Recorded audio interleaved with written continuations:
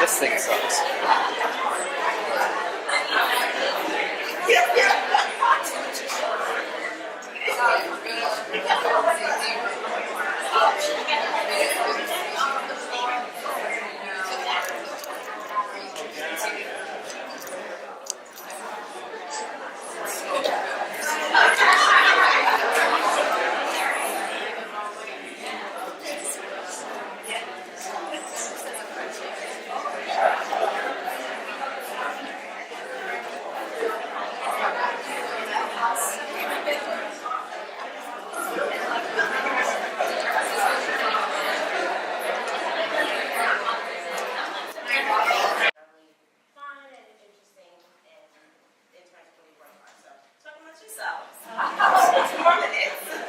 Sing the song. Sing the intern song.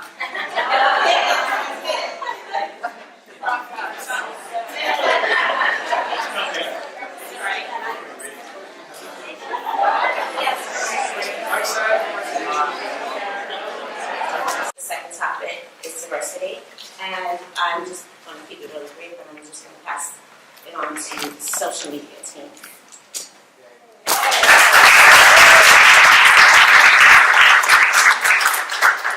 Hi, obviously we're the social media team. My name is Sophia.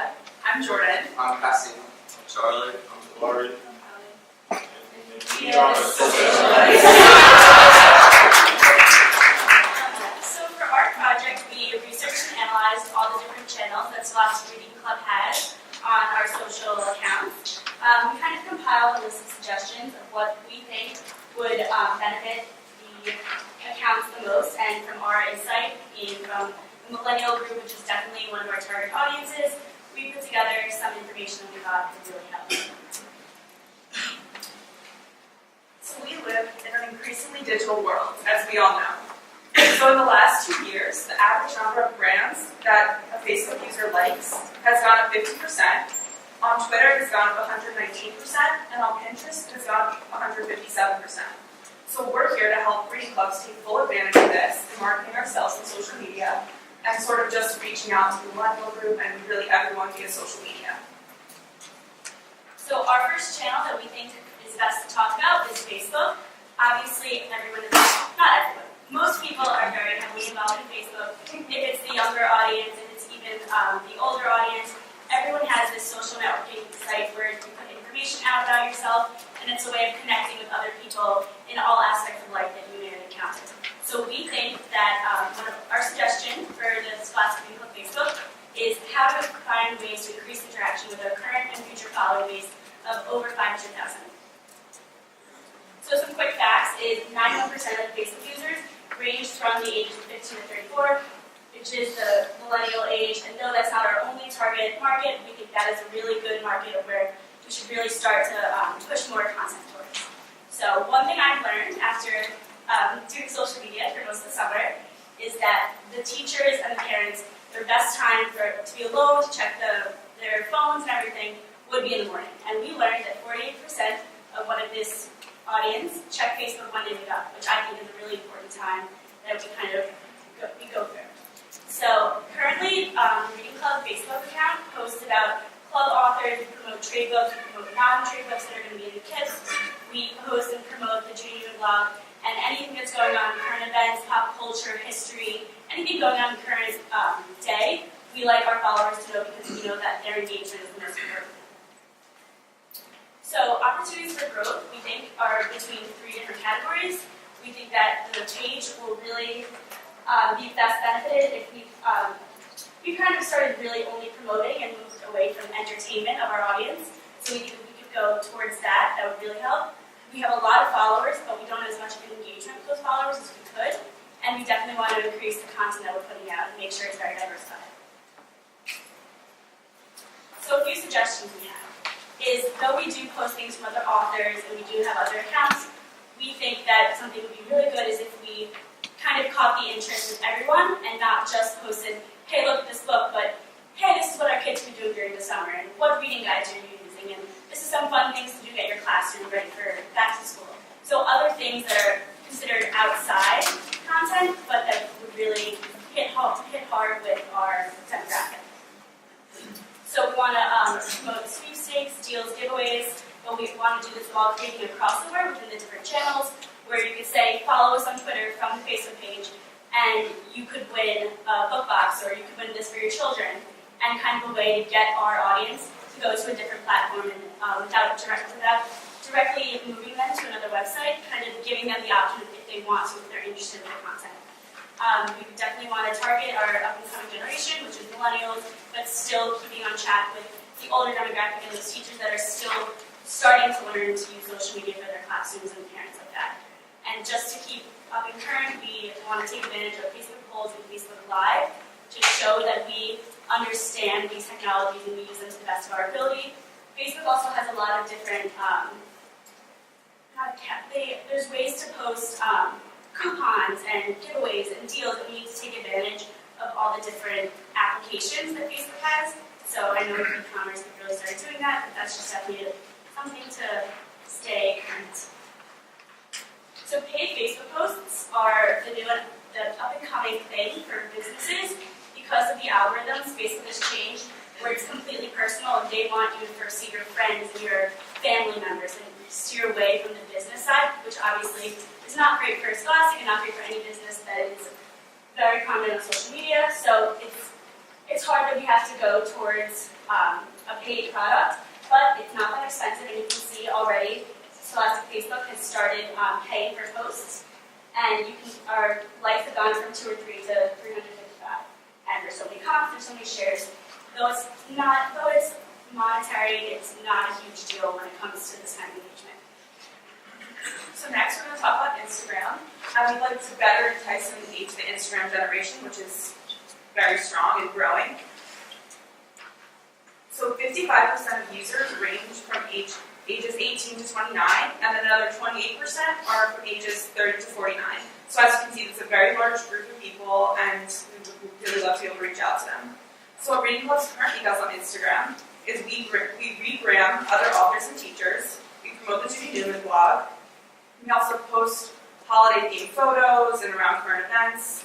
And in addition, we post weekly hashtags such as Throwback Thursday, which I'm sure most of us are familiar with, and Cat Day. We have a lot of followers, over 14,000, and we'd really like to help reach all of them.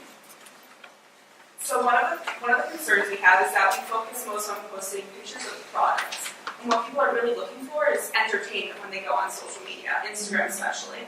So what we're looking for is to create a moment in the photos that we publish and sort of stay on trend in that way. If we couple that with witty and short captions, we're really sure to resonate hard with the millennials especially. And staying on trend will definitely build engagement.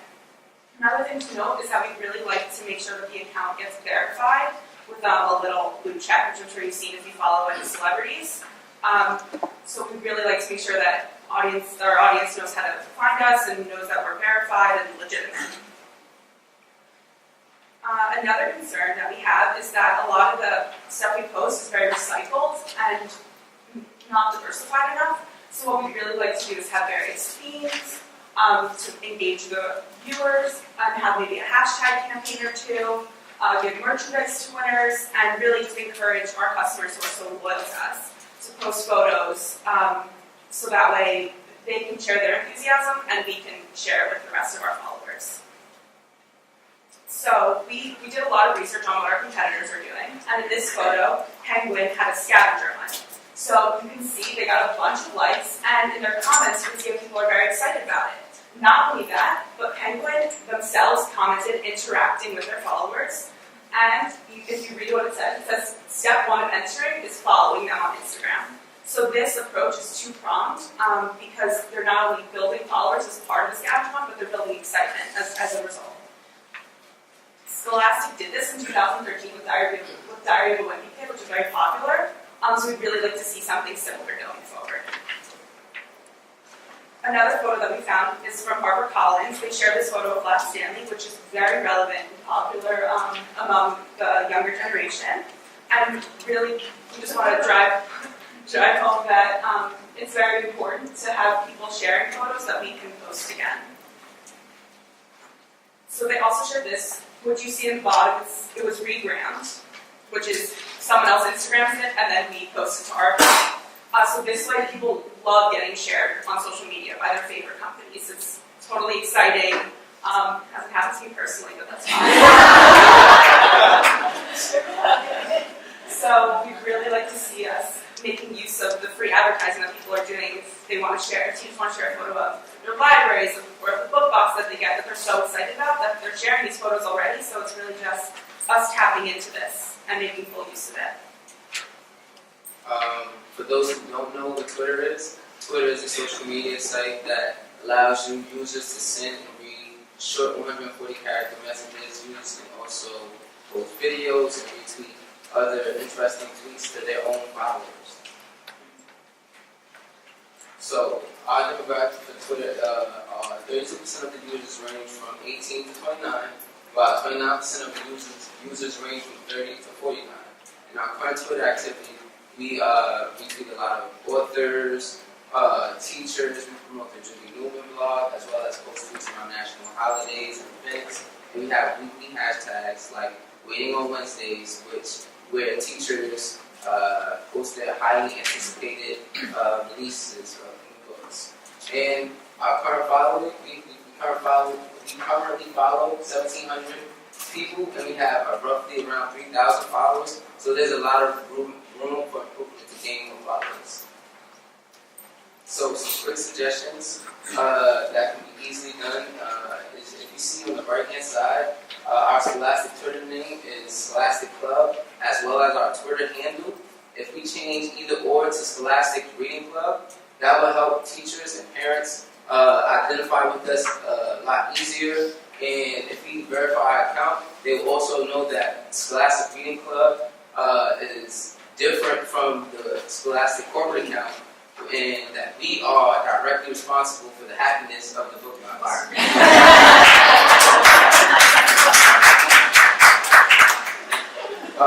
So now some quick and easy and free ways to get engaged with our followers. We can create interesting polls that people can partake in. Now this is a tool of Twitter, so it's free and it's quick and easy to use. And we can have polls like, what's your favorite series, Harry Potter versus the Hunger Games? We can also have inventory sweepstakes, which will require our followers to, or people who would like to join the sweepstakes, to follow us, retweet this picture, and include this hashtag, so everyone else can get involved and engage. And we can also create more engaging and fun hashtags. Parents and teachers love showing off their kids in their libraries, so we can have hashtags like Teacher Tuesdays or Must Read Mondays, so that they can post pictures of their children and their favorite lesson plans. I know Scholastic, the corporate account, they did a summer reading muscles, and the parents were all posting their kids with their books and they're flexing their arms and stuff, and that was really cool. And you can have a Book Boys takeover. Everyone loves the Book Boys. They can go on their Twitter rant for about an hour or so. And what's cool now is that Twitter, that Periscope is a subsidiary of Twitter. So they can go live on Twitter and actually run around the office and mess with some employees and get behind the scenes. They can also announce their tour dates. And once they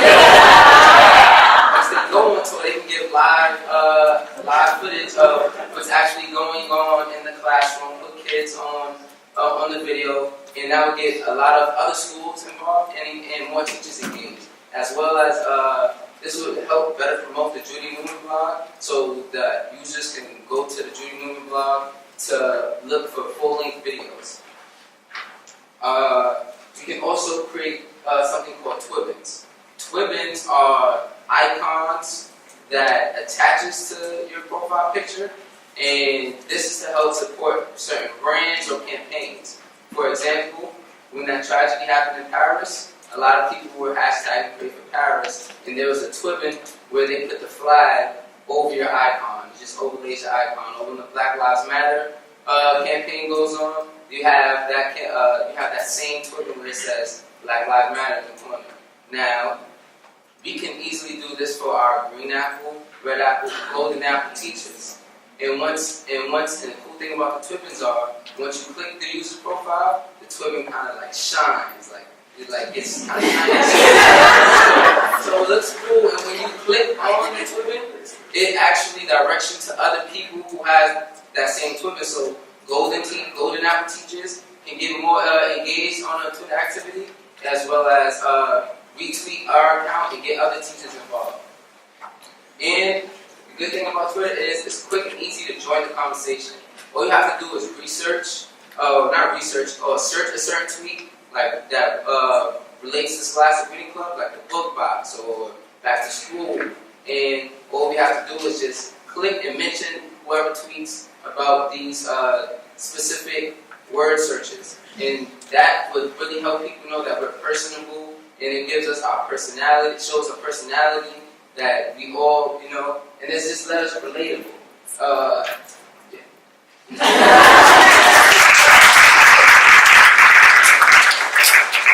So next is Pinterest, the photo blogging site, and what we want to do is expand and diversify the content that we post on Pinterest. Some facts and figures: the biggest demographic is women between the ages of 25 and 54. That's 85% of the total users. 67% of the users are millennials, so it's also a young person site, and it's up and coming. I know I recently just learned about Pinterest, so maybe I'll take my account and start my blog. Also, it's already very popular, so clearly I'm behind the trend. 1 million users was estimated in 2015. We haven't posted on Pinterest in a while. I believe the last post was in March. But currently we only have a board on the corporate account, and it was mostly about promoting the Tribune blog because it was new, and it still is. And a positive is that the corporate account has 14.9 thousand followers, and our board has 22.1 thousand. So we do have a lot of followers, and that is a clear positive. Currently on Pinterest, it's very popular with parents and teachers, which is our main target group. They get ideas for activities to do with their kids and students, crafts, DIY, and foods to cook for them or to make in the classroom. Pinterest would help us take advantage of student teachers as well as early childhood centers, which are two groups we are really trying to gain a presence in. An issue, as I said, we only have a board on the corporate account, so our recommendation is to get our own account. With our own account, we will be able to have a variety of boards instead of just one board where we post multiple different things on. Examples, we could have a board for parents, teachers, we could have our own Judy Newman blog board, we could have DIY for kids, summer reading, guides, book lists, tips. As we all know, most of us like to do DIY things. Sometimes we get a little satisfaction actually accomplishing it after hours of staring at the directions. And we can also have boards for early childhood centers. With our own account is the best way to get our voice out there, the Reading Club's voice. The downside is we would have to start over and gain followers again. However, as I pointed out, our board already has a lot of followers, so hopefully with publicity on the other social media sites, they should be more than willing to follow our own account where they get even more voice from Scholastic Reading Clubs. Another issue is to get the content to fill these boards, but if we keep up with trends and diversify and post from other social media sites, we can post from Instagram, Twitter, Facebook, on Pinterest, we should have more than enough content to fill the boards. So that is Pinterest. So YouTube. So YouTube is a global video sharing website, and with reading clubs, you would like to generate more views on previous videos, as well as create new user-friendly content. Currently, there are The demographics, 42% of the users range from ages 18 to 44, and 40% ranges from ages 45 to 55 and over. Reading Club does not have its own YouTube channel. However, when you go to the channel, you can see all the videos that Reading Club's post. It has its own group. So we can still stand out and see that, okay, Reading Club is this, or differentiate ourselves. And some of the things that have been posted, most of the videos have been posted 4 to 7 years ago. So we're not really taking advantage of this. And being that YouTube is the second largest search engine behind Google, and the third most visited site behind Google and Facebook, this is something we really should take advantage of. Things that we have posted in the past have been Clubhouse, or trends in children's books, and reading together, succeed together. Reading Clubs has about 38 videos, and in the total of all those videos, about 1,478 total views. So if we do that math, we have about 39 views per video, which we can definitely do better. And the total subscribers are 3,607. Now, some suggestions to reach out to these, get more views, is we can do Reading Clubs to post videos about different events, such as Harry Potter and the Cursed Child. When we did the Muggle Mall, we could post that video, as well as do how-tos. Because during the meeting with the early childhood directors on June 8th, some people said it was kind of complicated with the order forms. And we came up with an idea to make it more simple. And a teacher on YouTube actually posted a video to teach people how to order online. And it wasn't with Scholastic. She just took the initiative and she received about over 500 views. So to teach people how to do this, it can make it easier. So we don't have to get rid of the order form, because based off the survey that we made, a lot of people want the order forms. 1/3 of them said they don't know if it would be difficult without them. A third said they're not sure. And one said yes, some said no. So generally, we need to keep the order forms. We came across with Betsy and other things we could do is incorporate classroom lessons, because as Kasim said, teachers love to show off their kids, as well as parents love to see their kids learning. And I know that David was mentioning that they was thinking about putting cameras on the teachers as the lesson is going on, so we see what's going on in the classroom. And we could do videos about big name books that's coming out, and kids actually receiving them. There was a video of Diary of a Wimpy Kid going around, and kids was going mad when they opened up the box. The teacher was also having them read, so there's different series that show how they're progressing in their typical day at school, and their joy out of getting Reading Club's products. And finally, we can put ads and YouTube channels for other kids. There are 4 different types of ads. There are in-search ads that shows up above YouTube search results. There are in-slate ads that shows up in suggested videos after you watch your video. And there's in-display ad that shows up in suggested videos besides your video. Now, I know what you're thinking. Why would we pay for these ads if they might not be viewed? However, you only pay once they click it. So those ads that's being posted, once somebody clicks those ads, that's when you will pay.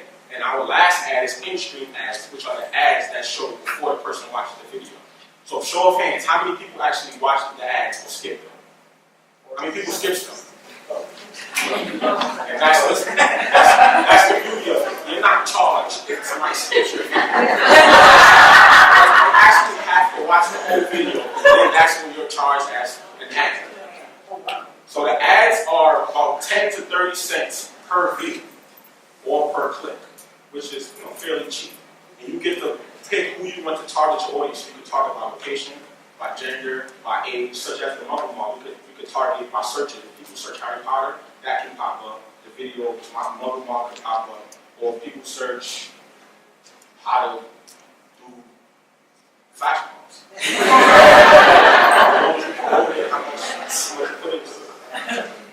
And YouTube has the built-in analysis to see how the ad performs. So you can see how many clicks you get, where people are viewing it, watching it. So if people are watching your ads from California, you can see that to see where your large amount of base is.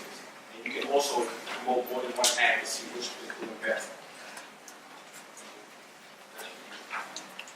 Now we're going to look at Tumblr. Tumblr is a site used for blogging, primarily self-expression. And some facts about it. 28% of users range from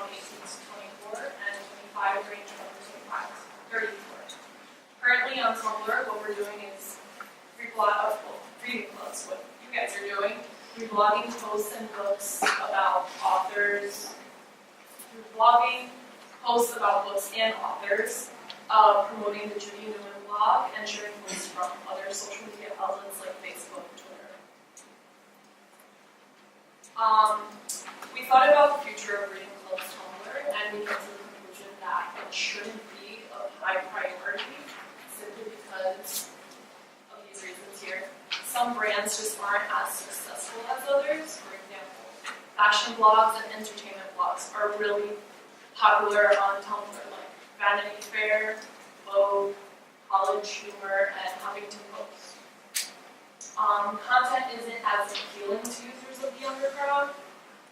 So, for fashion, users of the younger crowd want to know what's trending, like what to wear, and they're really into memes and uncensored humor that isn't really what we post. So that's where we kind of differ. So it's hard to kind of target them through Tumblr because that's what they're really looking for. Tumblr is also similar to Pinterest in a way that we blog images, and Pinterest is really about pinning pictures. So instead of having both Pinterest and Tumblr, I mean we can keep Tumblr, but for now it's easier to just focus on the Judy Newman blog and Pinterest simply because we don't want to be controlling 3 blogs when we really have Pinterest and Judy's blog that can do what Tumblr does. And also, Tumblr isn't used as frequently as other channels of social media like Facebook, Twitter, and Instagram. We check that all the time, daily, like hours. And people go on Tumblr, but it's not really something you check consistently. So they're more likely to see what we post on Facebook first, and then later on, like maybe they'll catch it on Tumblr. So it's not really, I don't know, it's just easier to do Facebook, Instagram, and Judy's blog. So our suggestion for Tumblr is we post the same content as we are now, because we are doing well, just like our competitors. Or we can freeze the account for now and focus on everything else so that we can build our viewers and followers for that, and then come back to Tumblr when everything else is great, and then we focus on that. So now it's Snapchat. Okay. So Snapchat, we wanted to introduce ideas to take advantage of the newest social media platform. It's not that new, it's been out for a couple years, but it's boomed a lot. And what Snapchat is it's a mobile app that you can send videos and pictures that last up to 10 seconds before disappearing. And then they also have features like My Story, which you snap a picture but add it to your story, which can be seen by your followers for 24 hours. And you can also message and then post pictures from your camera roll to add to your story. Some facts and figures. 45% of users range from 18 to 24, 60% 13 to 34. It's a very wide range. I feel like everyone's on Snapchat at this point. And right now, obviously, Reading Club doesn't have Snapchat. Corporate does though. And what they're doing is they're snapping surprise guests, promoting books. They're going to events and snapping video clips, and then they're doing behind-the-scenes footage of what's coming, what books are out. So, as I said, corporate has an account. We can use this as reference if we make our own. And obviously, I'm not saying we need to make it now, because it is a very big thing to do, but corporate will definitely, I feel like they're doing what we have the idea for Reading Clubs. Our suggestions is to show followers behind the scenes so they can see the publishing process. For example, going to a warehouse, seeing all the book boxes being sent out. We would love to see that. And what goes into making these catalogs that all these schools are getting. There's also teaser pictures and clips of incoming books that we can do. I'd love to know what new books are coming out. For example, The First Child. Everyone was probably going crazy for it. It gets teachers excited for back to school. So before September, we can be like, oh, like, look what book's coming out, and then everyone's like, oh, we need that book. And then we can also have Book Boys take over. Them joking around, day in the life of a book boy. And we can also do, yeah, we can also do book from a book as well. Perfect for Snapchat. Snapchat also creates hype around the books events. And for new books, The First Child, I keep bringing up First Child because it's just, I mean, everyone loves Harry Potter. So that'd be the perfect time to have Snapchat. Also sequels to fan favorites. For events, it's conferences, award events, also that NSO tour that you guys brought up yesterday. It would be perfect to show clips of what's going on with that. Major book releases, authors are In general, diverse literature is not written by those whom the literature hopes to mirror. This is not only a negative, always a negative. However, when it bars members of that community from speaking to or providing a window on their own culture, experience, and beliefs, it should be discouraged.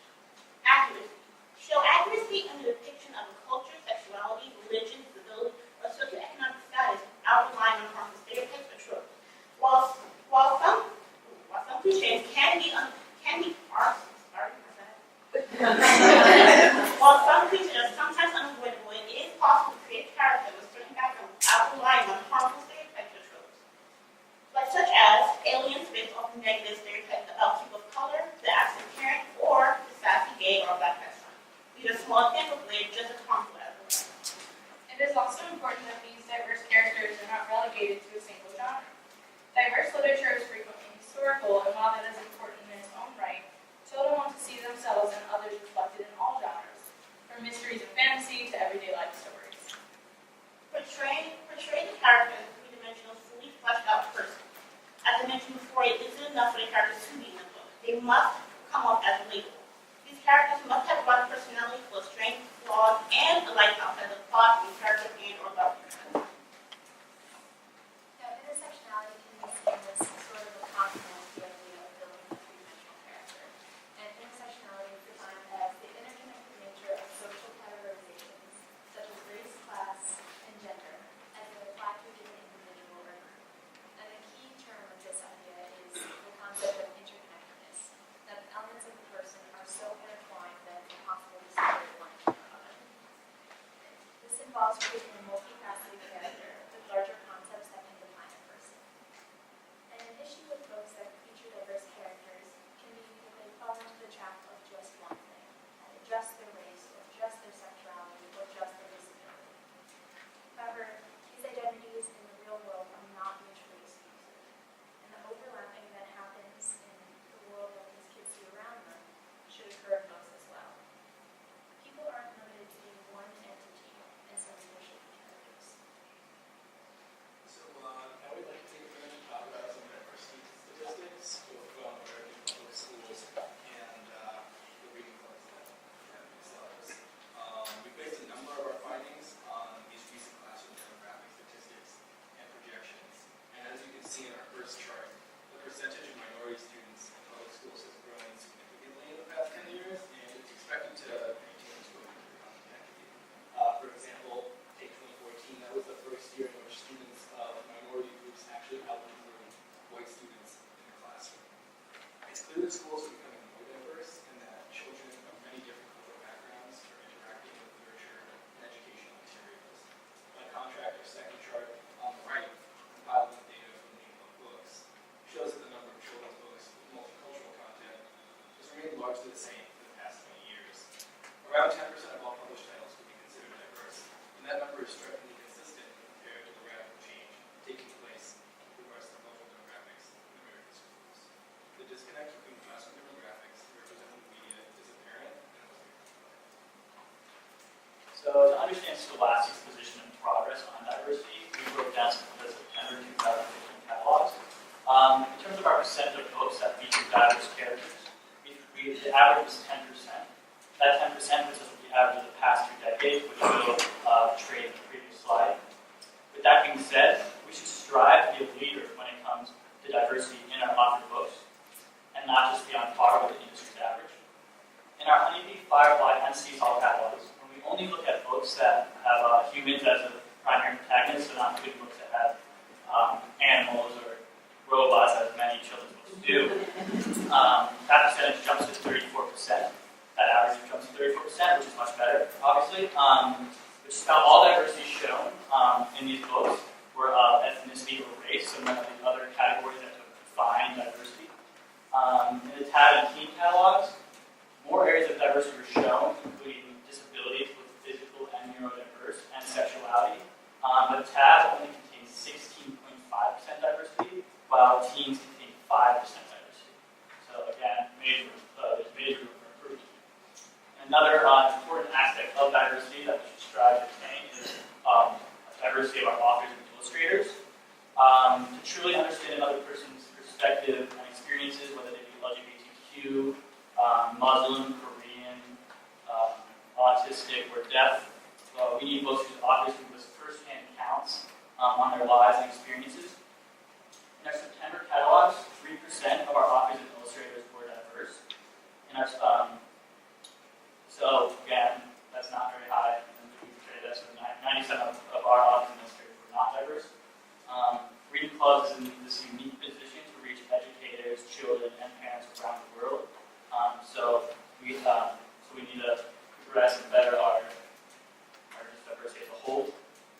We have shown we are capable of diversifying our content, for example, with the Reading Diverse Books catalog. And we have to continue to make strides forward so we can become a leader in the industry and on this very important aspect of society.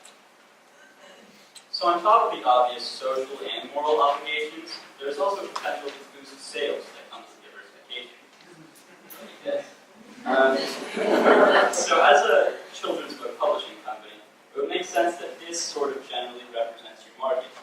So it doesn't make sense to provide products that cater to it. Right now, this, for the most part, is not being marketed to. In a survey of over 120,000 classrooms and programs for kids in need, 90% of respondents indicated that there is demand for more diverse books. 92% responded that they would buy these books